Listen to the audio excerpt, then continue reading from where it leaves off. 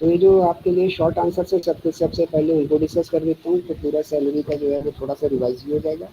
फिर एक आध लॉन्ग आंसर्स को डिस्कस कर लेते हैं, फिर अपना नया टॉपिक स्टार्ट करते हैं। तो जल्दी से शॉर्ट आंसर जब भी आपको बनाने, तो इसमें कुछ है नहीं। The Shobhit is the district magistrate of Agra. तो जैसे आपको डीएम या इस तरीके की कोई चीज़ मिलती किसी क्वेश्चन में, तो you can easily know that वो गवर्नमेंट एम्प्लॉय है।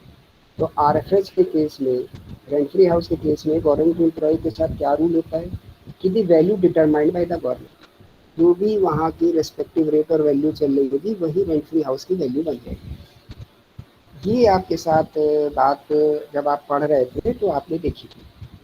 तो ये क्योंकि ये गवर्नमेंट एम्प्लॉई है, तो इनकी वैल्यू कितना दे रहा है वो in the question 2000 per month, but the fair rental value is 7500 and something. The furniture provided is 120. Find out the value of rent free house for the perquisite purpose.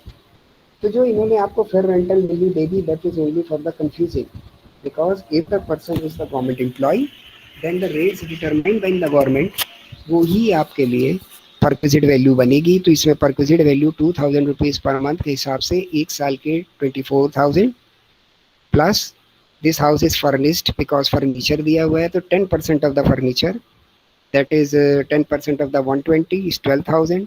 The total value of R F H will be 36,000। ठीक है, तो ये जल्दी से आप लोग जो है, ये एक शॉर्ट क्वेश्चन था जो मैंने डिस्कस कर दिया है। चलिए दूसरा शॉर्ट क्वेश्चन देख लीजिए इसका सैलरी का। सेकेंड शॉर्ट क्वेश्चन है आपके लिए, an individual in the receipt of salary of 14,000 per month. ये पिक पे आपको भेजे हुए हैं मैंने। 15% of which is contribute to the RPF, to which the employer contributes 14%. He is provided with a rent-free house by the employer in a town population of 12 lakh. The rental value of the house is 25,000 per annum, and he also received from the employer 12,000 as bonus. The amount of interest credited to Provident Fund at 9% per annum is 9,000. Ascertain his taxable salary for the assessment year 2021. ये बोल रहा है अब आपसे, ये taxable salary एक short question में करा रहा है। तो कभी भी सैलरी से रिलेटेड अगर केवल टैक्सेबल सैलरी तक का क्वेश्चन आ जाए, तो आप पूरे ऊपर हेडिंग डालिए, computation of the salary of mister what ever name, इनका जो भी नाम दिया हो इन द क्वेश्चन वो डालिए। उसके नीचे in the bracket for the assessment year 2021 की बात हो रही है। तो what is the salary, salary आप देखिए इनकी कितनी है, 14,000 पर मंथ। तो कैलकुलेटर और पेन फटाफट आपके पास होना चाहिए, बनाइए। ऊपर की ओर आप ये लिख देंगे, कंप्यूटेशन ऑफ द सैलरी और salary of mister such and such for the assessment year such and such. उसके बाद आपका कॉलम में एक लाइन अमाउंट के लिए पूरी छोड़ दीजिए। उसके बाद का कुछ स्पेस आप छोड़ दीजिए, जिसको हम इनर कॉलम बोल सकते हैं। कॉलम आप बनाएं या ना बनाएं, उसमें कुछ अगर इनर कैलकुलेशन आपको करनी है तो वो करके और उसको बाहर रिप्रेजेंट कर दीजिए in the final column for the total of the salary. और फाइनल कॉलम में आप लिखेंगे amount with in the bracket rupees. तो पहला आपके लिए आ जाएगा सैलरी जो उनको मिल रही है 14,000, तो 14 इंटू 12 आप इनर कॉलम में लिख सकते हैं और विद इन द ब्रैकेट लिख सकते हैं। ये वैल्यू आपकी हो जाएगी 168। आरपीएफ का contribution excess to 12% is taxable, ये मैंने आपको बताया था। तो उसका कैलकुलेशन आप निकाल लीजिए। 14%, अब इसमें क्या क्या आप जोड़ते हैं देखिए, कोई डीए है, कोई फिक्स रेंट है, कुछ भी नहीं है। तो सीधे सीधे जो आपकी सैलरी आ रही है इसका 2%, यही तो एक्सेबल वैल्यू हो जाएगी, क्योंकि 12 तक अलाउ है। ठीक, तो आप लिखो उसमें 168 एंड एक्सेस इज टैक्सेबल, तो 2%, 14% माइनस 12%, 2% इज द टैक्सेबल। तो 168 का 2% निकालिए। 168 का 2% आप निकालोगे तो आपको मिलेगा 3360। ये चला जाएगा आपके अमाउंट वाले कॉलम में। तीसरा उनको मिल रहा है बोनस, ये भी पूरी तरीके से टैक्सेबल है, तो इसको भी आप जोड़ दीजिए 12,000। इंटरेस्ट ऑन आरपीएफ एक है, तो इसके आगे आप लिख दीजिए नील, कारण कि इंटरेस्ट ऑफ आरपीएफ 9.5% से कम है, so it is non taxable, ये टैक्सेबल नहीं होगा। रेंट फ्री हाउस, अब इसका कैलकुलेशन आपको कर लेना चाहिए। तो रेंट फ्री हाउस के लिए आपकी कितनी बनेगी बेटा, सैलरी जल्दी से मुझे बताइए, सैलरी में क्या क्या कंपोनेंट लेते हैं आप रेंट फ्री हाउस में? क्या क्या कंपोनेंट होता है रेंट फ्री हाउस की सैलरी का? एक दिन मैंने आपको सैलरी का भी पिक भेजा है उस पे जाइए और रेंट फ्री हाउस की सैलरी के क्या क्या कंपोनेंट हैं उस पर ध्यान दीजिए। वन इज द बेसिक पे। तो ये जो सैलरी की बात बोल रहा है वो एक तरीके से बेसिक पे की बात कर रहा है आपसे। ठीक। तो बेसिक पे 14,000 पर मंथ है उनकी। तो इसका टोटल आप जान चुके हो 168 है। और इसमें आरपीएफ जुड़ता नहीं, इसमें बोनस जुड़ेगा। तो बोनस का 12,000 और जोड़ दीजिए तो आपकी ये वैल्यू बन जाएगी 180।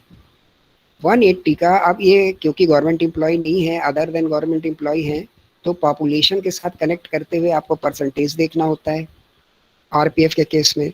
तो इनकी पॉपुलेशन है 12 लाख। तो 12 लाख वाले किस कैटेगरी में आते हैं? 10%। 25 लाख से ऊपर 15% था, 10 से 25 तक 10% था, 10 से नीचे 7.5% था। ऐसा ही कुछ मुझे याद है। तो ये 10% की कैटेगरी में आएंगे। तो 10% की कैटेगरी के हिसाब से 180 का कितना हो जाएगा? 18,000। अब आपके पास फिगर आ गई है सैलरी की 168, 3360, 12,000 एंड 18,000। इनका टोटल करिए।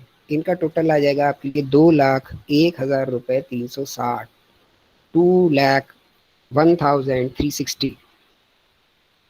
अब एक स्टैंडर्ड डिडक्शन होता है, अच्छे से लिख लीजिए, स्टैंडर्ड डिडक्शन। ये केवल सैलरीड एम्प्लॉइज को अलाउ है। Only for the salaried employees, जो कि इस समय चल रहा है 50,000। जब आप सैलरी का पूरा ब्रेकअप किसी भी पेज पर, जो जिस दिन भी मैंने आपको बोला है, तो उसमें सेक्शन 16 में डिडक्शन है आपके। एक तो एंटरटेनमेंट अलाउंस वहां पे हटता है। फिर उसके बाद आपका क्या हटता है? यस, फिर उसके बाद क्या हटता है? एम्प्लॉयमेंट टैक्स और स्टैंडर्ड डिडक्शन। तो स्टैंडर्ड डिडक्शन आपका कितना चल रहा है? 50,000। तो 50,000 रुपीज आप इसमें से लेस कर दीजिए 2,01,360 में। Then you will get 151,360। Clear? ये आपका सेकंड क्वेश्चन है, शॉर्ट क्वेश्चन में से। अब थर्ड पे आ जाइए आप। तीसरा क्वेश्चन था कि एहसान Ishan is employed in a private company at 20,000 per month. He is a member of RPF to which he contributes 3,000 per month. The company contributes the same amount. During the previous year, rupees 12,000 were credited to his provident fund account as interest on accumulated balance of the fund. The balance of the fund was 120. Calculate the amount of annual accretion to be included in the income under the head salaries. ये सवाल है। अब ये आपसे पूछ रहा है कि आरपीएफ के कंटेक्स्ट में जो पैसा उनको ज्यादा मिल गया है वो बताइए कितना जुड़ेगा सैलरी में। तो उसके कैलकुलेशन के लिए दो चीजें आरपीएफ की जुड़ती हैं सैलरी में: एक्सेस ऑफ 12% का contribution by the employer, and if it is getting more than 9.5% of the interest. तो इसमें देखिए कितना पैसा है कि जो वो ज्यादा दे रहे हैं 12% से। बताइए कैलकुलेट करके मुझे। थोड़ा सा इसको आप करने की कोशिश करिए कि एम्प्लॉयर का कंट्रीब्यूशन 12% से एक्सेस कितना है इसमें, इस गिवन क्वेश्चन में कितना पैसा मिल रहा है एहसान को? किसान को कितना पैसा मिल रहा है? 20,000 per month, out of which is member of recognise fund. और उसमें वो 3,000 रुपये पर मंथ डालता है और उतना ही पैसा उसका एम्प्लॉयर डालता है। अच्छा, बाकी डीए भी नहीं बता रहा है आपको, कमीशन भी कुछ नहीं बता रहा है। तो ये 20,000 आपके लिए क्या है? 20,000 ही आपके लिए बेसिक है। तो इसका 12 महीने का कितना हो जाएगा? 2,40,000। और 3,000 के हिसाब से 12 महीने का कितना हो जाएगा? 36,000। तो 12% कितना होगा 240 का? प्लीज 12% कितना होगा 240 का?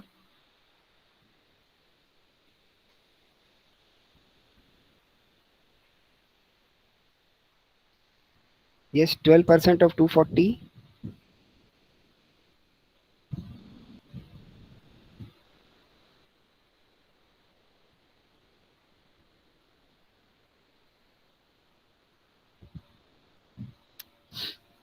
कैलकुलेट कर रहे हैं बेटा आप लोग साथ में कुछ?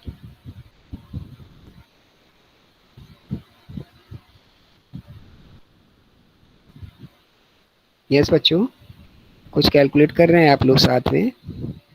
12% ऑफ एनुअल सैलरी कितना हुआ?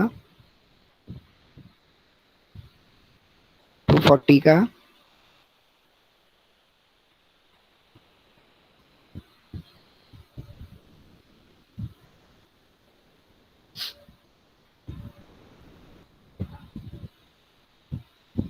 नहीं कर रहे हैं कुछ भी आप लोग, मतलब बिल्कुल असहयोग की मुद्रा में हैं। चलिए आप ही बड़े बन जाइए। 240, व्हाट इज दिस अमाउंट? 2880, ये क्या चीज़ बता रहे हैं आप? पूरे साल की सैलरी हो गई 2,40,000, इसका 12% हुआ 28,800। यस बेटा, इसका 20% हुआ शिवानी, इसका 12% हुआ 28,800, इजंट इट? तो इसका 12% हुआ 28,800, और इसके एम्प्लॉयर ने कितना डाला है? 3,000 पर मंथ, मतलब 36,000। तो एक्सेस डाला ना, तो कितना एक्सेस डाला ये देखना है हम लोगों को। उसने एक्सेस डाला 7,200। This 7,200 should be included into the salary because this is excess of 12%। उसकी बेसिक सैलरी तो 2,40,000 बनी ना, 2,40,000 का 12% हुआ 28,800, 28,800, और 3,000 पर मंथ उसका एम्प्लॉयर डाल रहा था। इसका मतलब एम्प्लॉयर ने डाला कितना? 36,000। अलाउ कहाँ तक है? 28,800 तक। तो whatever excess contribution, that should be the part of salary, वो सैलरी का हिस्सा बन जाएगा, जो कि होगा 7,200। ठीक, एक तो ये पार्ट हो गया। अब दूसरा पार्ट आपको आइडेंटिफाई करना है इंटरेस्ट से रिलेटेड। अब इंटरेस्ट इनके अकाउंट में कितना गया है बेटा? क्वेश्चन बोल रहा है, जरा उस पर ध्यान दीजिए। 12,000, 12,000, 12,000 इनके इंटरेस्ट में क्रेडिट हुए पूरे साल में, यही तो बोल रहा है। और इनका फंड का बैलेंस था 120। तो 120 के अगेंस्ट में अगर 12,000 की इनको क्रेडिट मिली, तो 120 के अगेंस्ट में अलाउ कितना है? 9.5। 9.5 कितना बनेगा 120 का? जल्दी से निकालिए।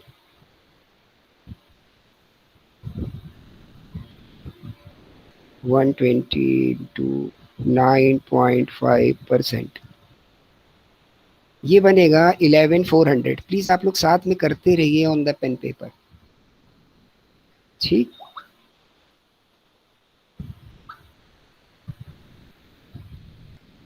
तो ये बनेगा आपका 11,400, और आपके उसमें इंटरेस्ट आ कितना गया है? 12,000। तो एक्सेस अमाउंट 600। करेक्ट शिवानी? तो एक्सेस अमाउंट आपका कितना हुआ? 600।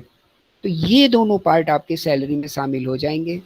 तो इस क्वेश्चन का आंसर आपके लिए हो जाएगा the excess of contribution by the employer above 12% is 7,200, excess of interest over 9.5% is 600। तो इनका टोटल बन जाएगा 7,800। This is the total annual accretion which should be included in the salary. ये आपका क्वेश्चन नंबर 3 हो गया। शॉर्ट क्वेश्चन ये भी डिस्कस कर रहा हूं मैं केवल। अब problem number 4 of the short question. Problem number 4 में आपके लिए क्वेश्चन है, resident of Rampur Shri Vimal gets 144,000 as salary, मतलब बेसिक की बात कर रहा है, ₹12,000 एज डियरनेस पे। डियरनेस पे का मतलब dearness allowance which are under the retirement benefit, यानी ये वो वाली डियरनेस है जो अगर आपको HRA या कोई दूसरी चीज़ें निकालनी है तो उसमें सैलरी का पार्ट बनती है। And 6,000 as the dearness allowance and 10,000 per annum as a fixed commission during the previous year. And during previous year he received 30,000 as HRA दो ही paid 36,000 as rent, compute the HRA। अब ये पूरा पूरा HRA का question बना दिया। तो HRA के क्वेश्चन में आपको क्या तीन चीजें ढूंढनी होती हैं?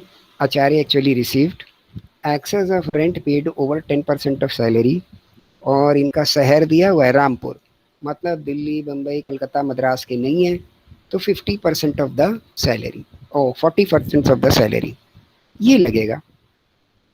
तो पहले तो HRA रिसीव्ड आप लिख लीजिए 30,000, बिल्कुल सिंपल है। आप कैलकुलेशन क्या कर रहे हो, ऊपर हेडिंग डाल दो, computation of the exempted HRA of mister, कौन है ये, विमल, फॉर द असेसमेंट ईयर 2021। इसके नीचे आपका काम शुरू हो जाना चाहिए फटाक से। HRA received 30,000। अब excess of rent over 10% of salary, what is the 10% of salary, इसके लिए वर्क नोट बना लीजिए। 10% ऑफ सैलरी में एक amount salary for the purpose of salary एक आपका बन जाएगा 144,000, दूसरा 12,000 उसमें जोड़ लीजिए, और तीसरा जो फिक्स्ड कमीशन है ये भी जुड़ेगा, फिक्स्ड कमीशन है 10,000, तो इसको भी आप जोड़ दोगे तो ये अमाउंट आपका बन जाएगा 144 प्लस 12 प्लस 10,000, कितना हो गया, 154, 164, 166, इजंट इट? ऐसे कुछ बन रहा है ये, ठीक है। निकालिए इसको, सैलरी कितनी आ रही है बताइए प्लीज।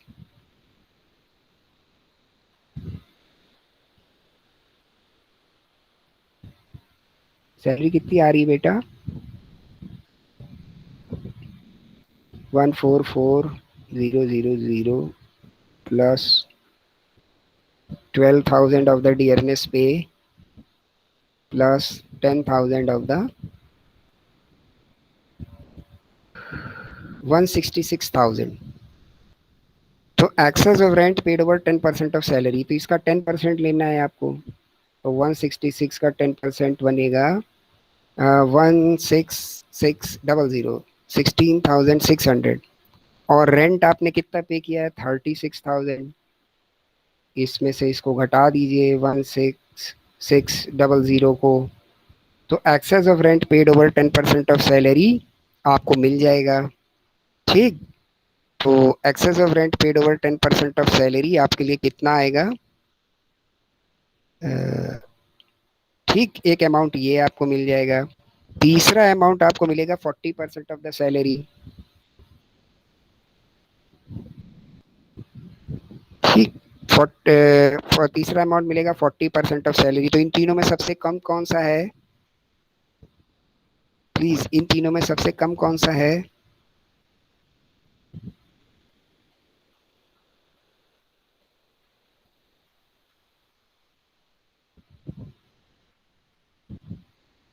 यस बेटा, इन तीनों में सबसे कम कौन सा है? आपका rent paid over 10% of salary वाला, इसको आप एग्जेम्प्ट कर दीजिए, और बाकी जो बच रहा है वो टैक्सेबल कर दीजिए। ठीक, नेक्स्ट क्वेश्चन पे चलते हैं हम लोग, fifth one. In the fifth one, mister Vinay is a government employee. He draw a monthly salary of 20,000. Beside a dearness allowance at the rate of 5,000 per month. He gets 500 per month at entertainment allowance. He spent during the previous year 2,000 out of the entertainment allowance. 2,000 रुपए इनके खर्च भी हो गए। Find out the amount of deduction regarding the entertainment allowance. केवल entertainment allowance का deduction पूछ रहा है, और इसको आपको बता दिया इसने गवर्नमेंट एम्प्लॉय है, क्योंकि इंटरटेनमेंट अलाउंस का एग्जेम्पशन केवल गवर्नमेंट एम्प्लॉय को मिलता है, अदर देन गवर्नमेंट एम्प्लॉय को नहीं मिलता है। ये हम लोग डिस्कस कर चुके हैं। क्योंकि ये गवर्नमेंट एम्प्लॉय है तो इनको मिल सकता है, और उसकी तीन कंडीशन हुआ करती थी, वो आपको याद होनी चाहिए। Least of 3 will be exempted. तो पहली कंडीशन होती थी इंटरटेनमेंट अलाउंस रिसीव्ड, वो लिख लीजिए कितना मिला है इंटरटेनमेंट अलाउंस, 6,000। एक मैक्सिमम लिमिट थी कि इससे ज़्यादा एग्जाम नहीं हो सकता, वो थी 5,000 रुपीज़, उसको लिख लीजिए।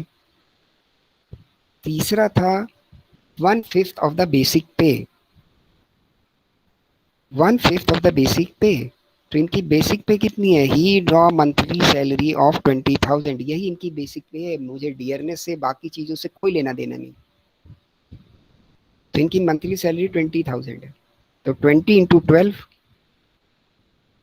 से आपको मिल जाएगा इनकी टोटल ईयर की सैलरी,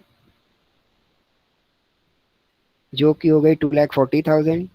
इसका 1/5 निकालिए, इसका 1/5 हो जाएगा आपके लिए 48,000। तो एक फिगर हो गई 48,000, 1/5 ऑफ द बेसिक सैलरी। दूसरी फिगर हो गई 5,000 which is the maximum limit to be exempted, इससे ज्यादा एग्जाम नहीं हो सकता। तीसरी फिगर हो गई आपकी ₹6,000 which is received as entertainment. इन तीनों में सबसे कम कौन सी है? ₹5,000। So ₹5,000 is exempted. ठीक है, ₹5,000 इज एग्जेम्प्टेड। ये इंटरटेनमेंट अलाउंस का एग्जेम्पशन हो गया। अब एक निवेदन है आपसे कि प्लीज,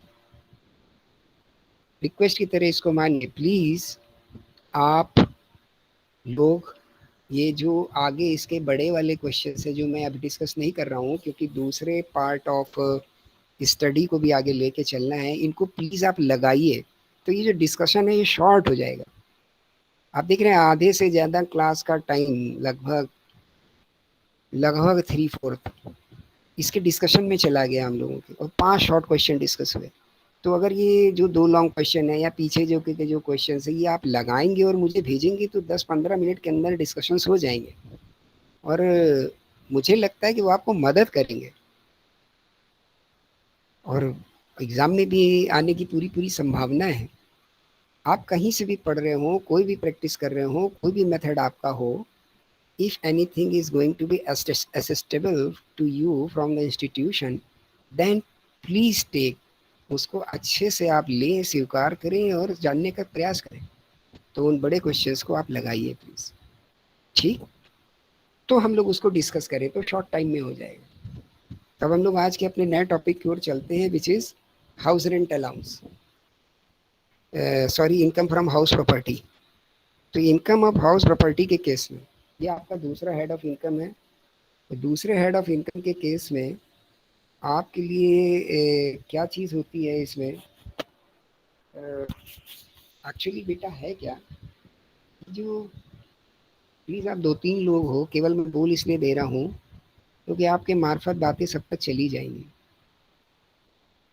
जैसा भी ये अप्रोच आपकी क्लास का जा रहा है ये वेरी डिस्करेजिंग, और इस सब्जेक्ट में, और पता नहीं मुझे मेरे नेचर के हिसाब से लगता भी है कि कुछ डिस्कशन ज़्यादा होना चाहिए, पर आप लोगों का तो बिल्कुल ही नॉन कोऑपरेशन मूवमेंट के सिपाही बने हुए हैं आप लोग।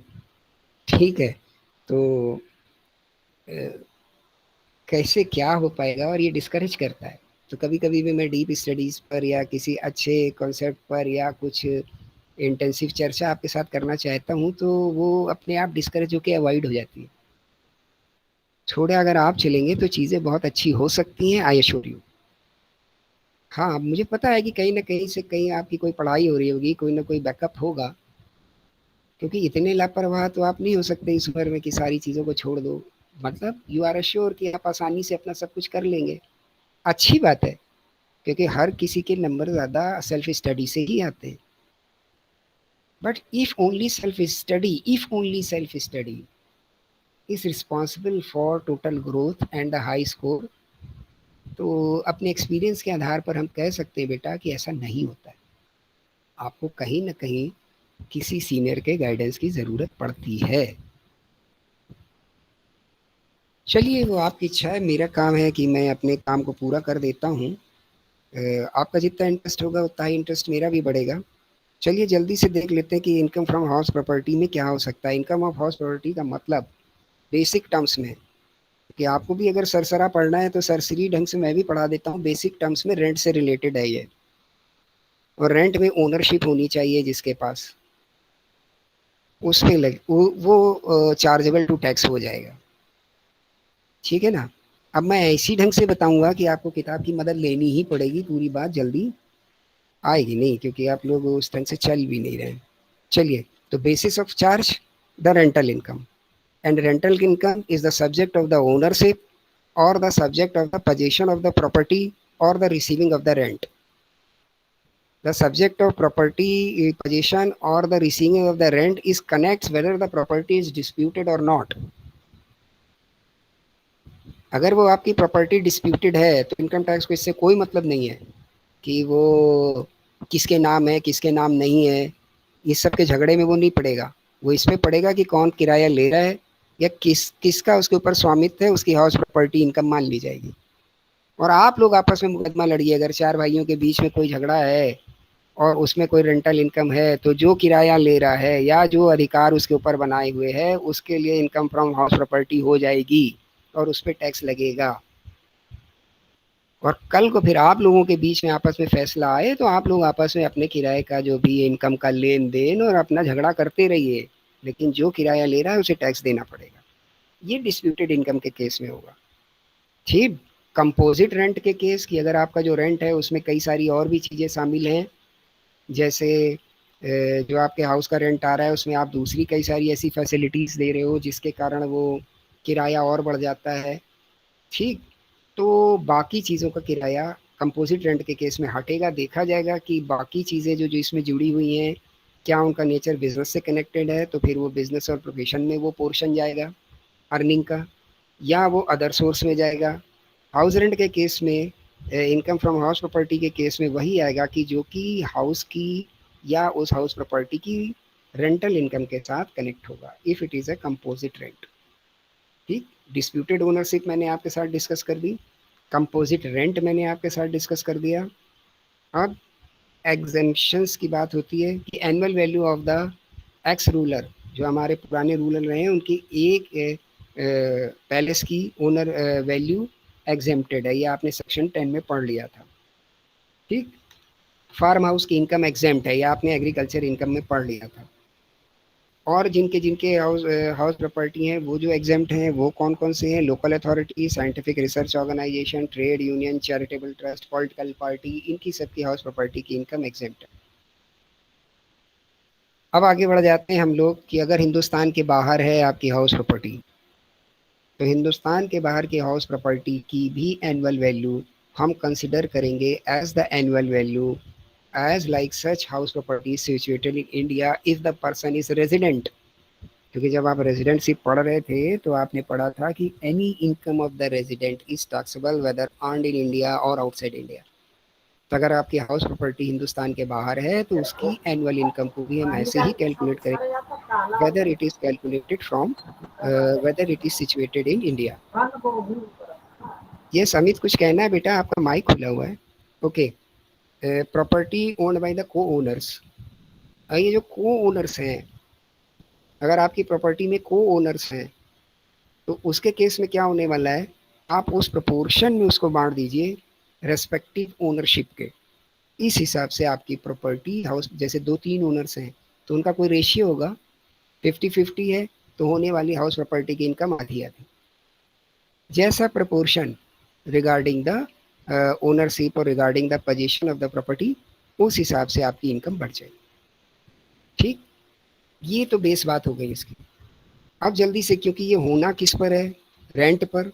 तो रेंट के लिए आपको सबसे पहले जानना होगा ग्रॉस एनुअल वैल्यू, फिर आपको जानना होगा एनुअल वैल्यू, तब हम लोग पहुंच पाएंगे इनकम फ्रॉम हाउस प्रॉपर्टी पर।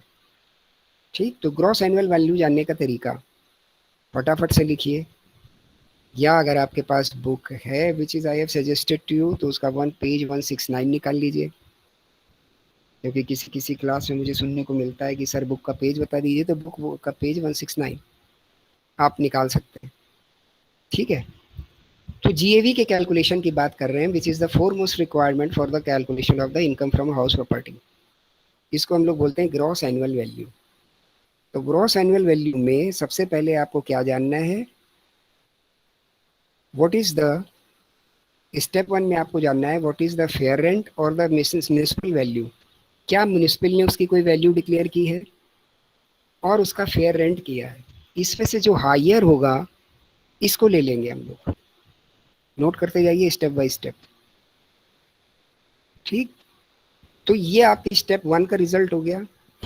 दो चीज़ों का कंपेयर करना है आपको, लिखिए फटाक से ऊपर, municipal value and the fair rent value if given.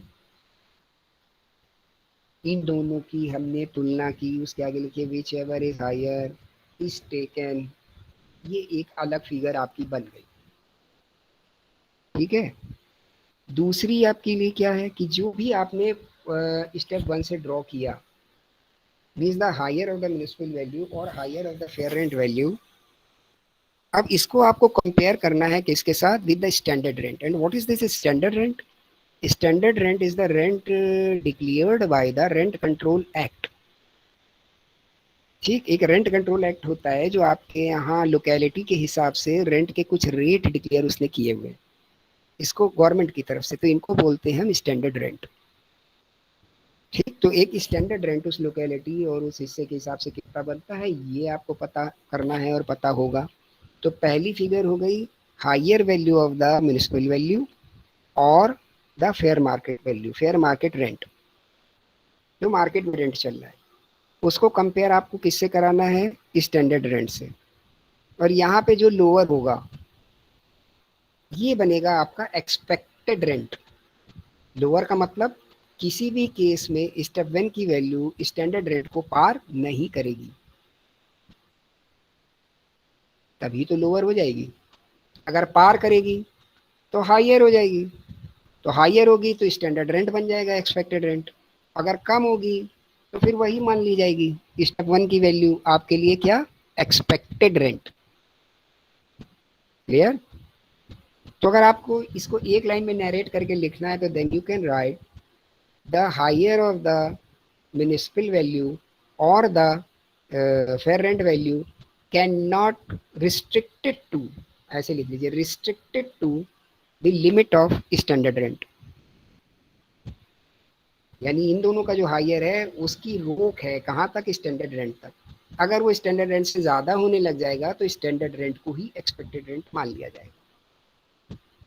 अगर कम रहेगा तो फिर हम उसी को मान लेंगे स्टेप 1 वैल्यू को, तब स्टैंडर्ड रेंट को नहीं मानेंगे। ठीक, तो ये आपको मिल गया expected rent. Now you have to compare this expected rent with actual rent, कि वास्तव में क्या किराया मिल रहा है। समझ आता जा रहा है आपको? तो कितने तरीके के किराए हो गए इसमें, 4। फेयर रेंट, म्युनिसिपल वैल्यू, ठीक, स्टैंडर्ड रेंट, इनसे आपको मिलेगा एक्सपेक्टेड रेंट। इस एक्सपेक्टेड रेंट की आपको तुलना करानी है एक्चुअल रेट से। इनमें दोनों में जो हायर होगा, किसमें, एक्सपेक्टेड रेंट में और एक्चुअल रेंट में, वो आपकी क्या होगी, gross annual value.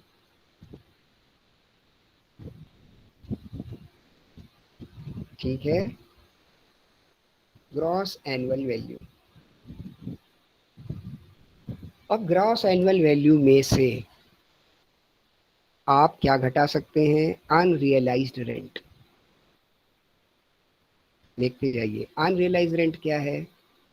Unrealise rent वो है कि जो एक्चुअल रेंट में से आपके किराएदार ने आपको नहीं दिया, रियलाइज नहीं हो पाया। Condition to rule 4 is satisfied. शर्त ये है कि रूल नंबर 4 सेटिस्फाई हो गया हो। तो what is the rule number 4? Rule number 4 ये है कि आपको जो जो legal proceedings regarding the recovery of rent करनी चाहिए वो सारी आपने की। इस बात से आपका proper officer means the assessing officer satisfy हो जाए। मतलब आपने अपने किराएदार को नोटिस भेजा, ठीक, अगर नोटिस की ज़रूरत थी, उसके ऊपर अगर केस चलाने की ज़रूरत थी तो केस भी आपने चलाया, उसकी हेयरिंग हो रही है फिर भी किराया नहीं मिला, पहली शर्त। दूसरी शर्त, वो किराएदार आपकी किसी दूसरी प्रॉपर्टी में किराएदार ना हो। ठीक, ये दो कंडीशन सबसे बड़ी कंडीशन है रूल 4 की। अगर ये रूल 4 सेटिस्फाई हो रहा है तो अनरियलाइज रेंट को आप डिडक्ट करा सकते हो ग्रॉस एनुअल वैल्यू में से, क्योंकि ग्रॉस एनुअल वैल्यू ही आगे जाकर के 1 2 4 स्टेप के बाद आपके लिए इनकम फ्रॉम हाउस प्रॉपर्टी बनने वाली है। ठीक, तो इसके घटने का मतलब इनकम फ्रॉम हाउस प्रॉपर्टी का घटना, और उसके घटने का मतलब टैक्स वैल्यू का घटना। तो इसके साथ ये कंडीशन लगी हो कि रूल 4 सेटिस्फाई हो। ठीक है। अब एक दूसरा केस है इसी में। दूसरा केस ये है कि if such actual rent is less due to the vacancy, यानी साल के 12 महीने हैं, उसमें से 9 महीने ही किराए पे उठा और 3 महीने नहीं उठा, this is the case of vacancy. बिल्कुल नहीं उठा, ये वैकेंसी नहीं है। ठीक, वो अलग केस है, वो आगे आएंगे तो हम लोग डिस्कस करेंगे। 12 महीने उठना चाहिए था, 12 महीने नहीं उठा, 8 महीने उठा, 10 महीने उठा, 11 महीने उठा, 9 महीने उठा, तो 1 महीने की, 2 महीने की, 3 महीने की, 4 महीने की वैकेंसी हो सकती है। और अगर एक्चुअल रेंट आपका वैकेंसी के कारण कम हो रहा है, तो फिर वो जो तुलना करके आपने higher will be the taken between the expected and the actual rent, उस रूल को हम लोग यहाँ पर एक्सेप्शन करेंगे और एक्चुअल रेंट को ही जीएवी मान लेंगे if such actual rent is due to the vacancy, केवल वैकेंसी के केस में। क्लियर? क्लियर हो रही है यहाँ तक की बात? Please confirm.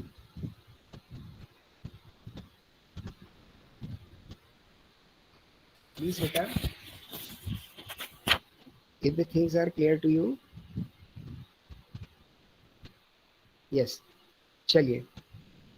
तो कैलकुलेशन ऑफ द जीएवी की हम लोग बात कर रहे थे। तो कैलकुलेशन ऑफ जीएवी में मैंने आपको बताया, जल्दी से दोबारा दोहरा दे रहा हूँ कि जिसका अगर कुछ भी छूट गया हो या जो हो, एक रिवाइज हो जाए। मुझे लगेगा कि आपको आ रहा है तो और बेहतर हो जाए। आपको फेयर रेंट और म्यूनिसिपल वैल्यू अगर गिवन है तो उसमें से हायर लेना है, और इस हायर को किसी भी शर्त पर स्टैंडर्ड रेंट से क्रॉस ओवर नहीं होने देना है। ठीक, तो आपको क्या मिल जाएगा? Expected rent. इस एक्सपेक्टेड रेंट की तुलना आपको किससे करनी है? एक्चुअल रेंट से। नॉर्मल केस में whichever is higher is considered as GAV, but in exceptional cases which are if the actual rent is less due to the vacancy, then actual rent is considered as GAV, और उस GAV में से आप घटा सकते हैं unrealise rent condition to rule 4 is satisfied. यहां तक की हमारी आपकी बात होगी। ठीक, अब इससे आगे बढ़ जाते हैं। इससे आगे अगर अब हम लोग बढ़ेंगे तो हम ये पाएंगे कि अब इसमें से और क्या क्या घटवा सकते हैं आप। इसमें से और क्या क्या आप घटवा सकते हैं? इसमें से आप घटवा सकते हैं आपका म्यूनिसिपल टैक्सेस।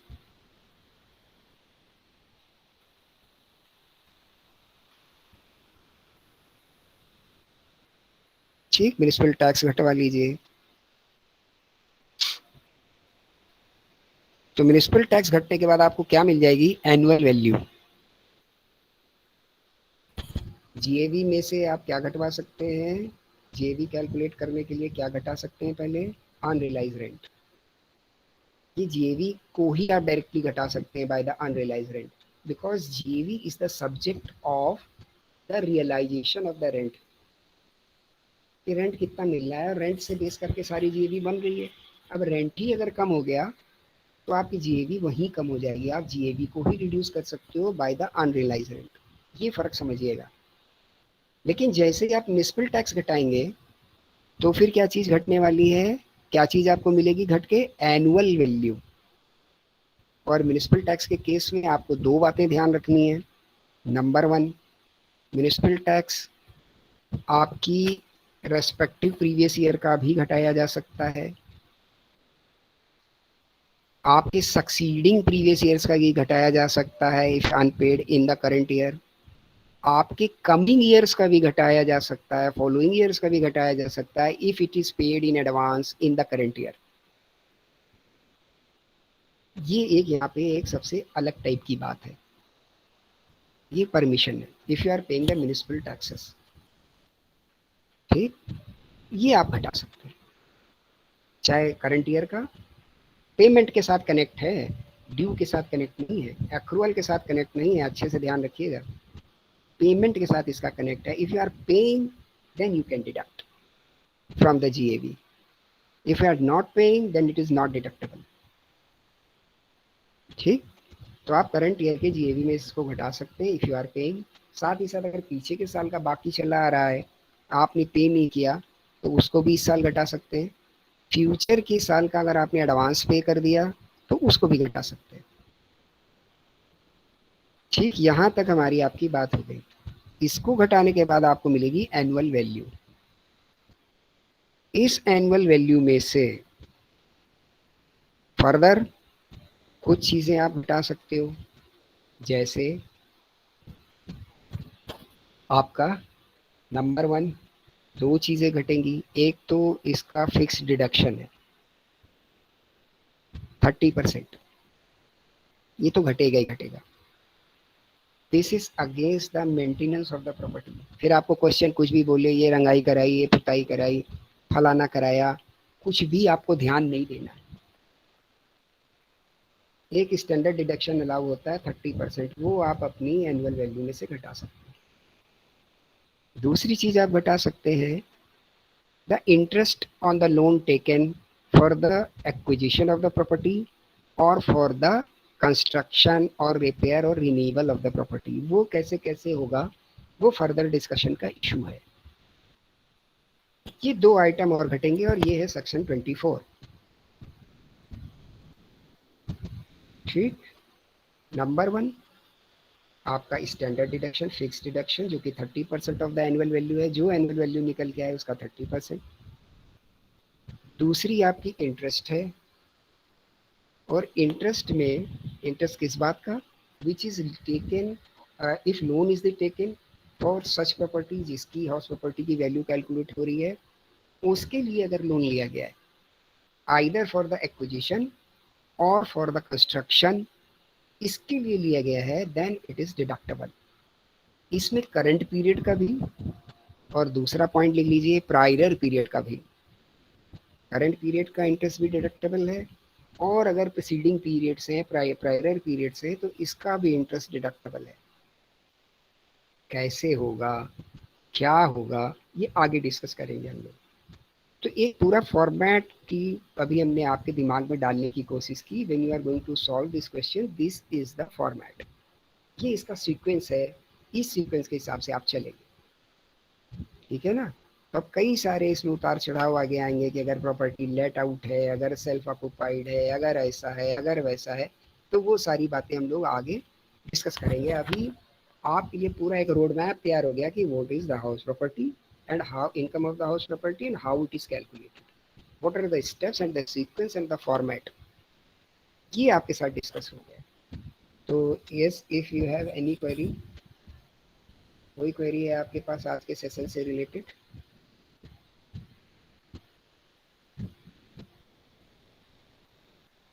यस बेटा, कोई क्वेरी है आपके पास आज के सेशन से रिलेटेड?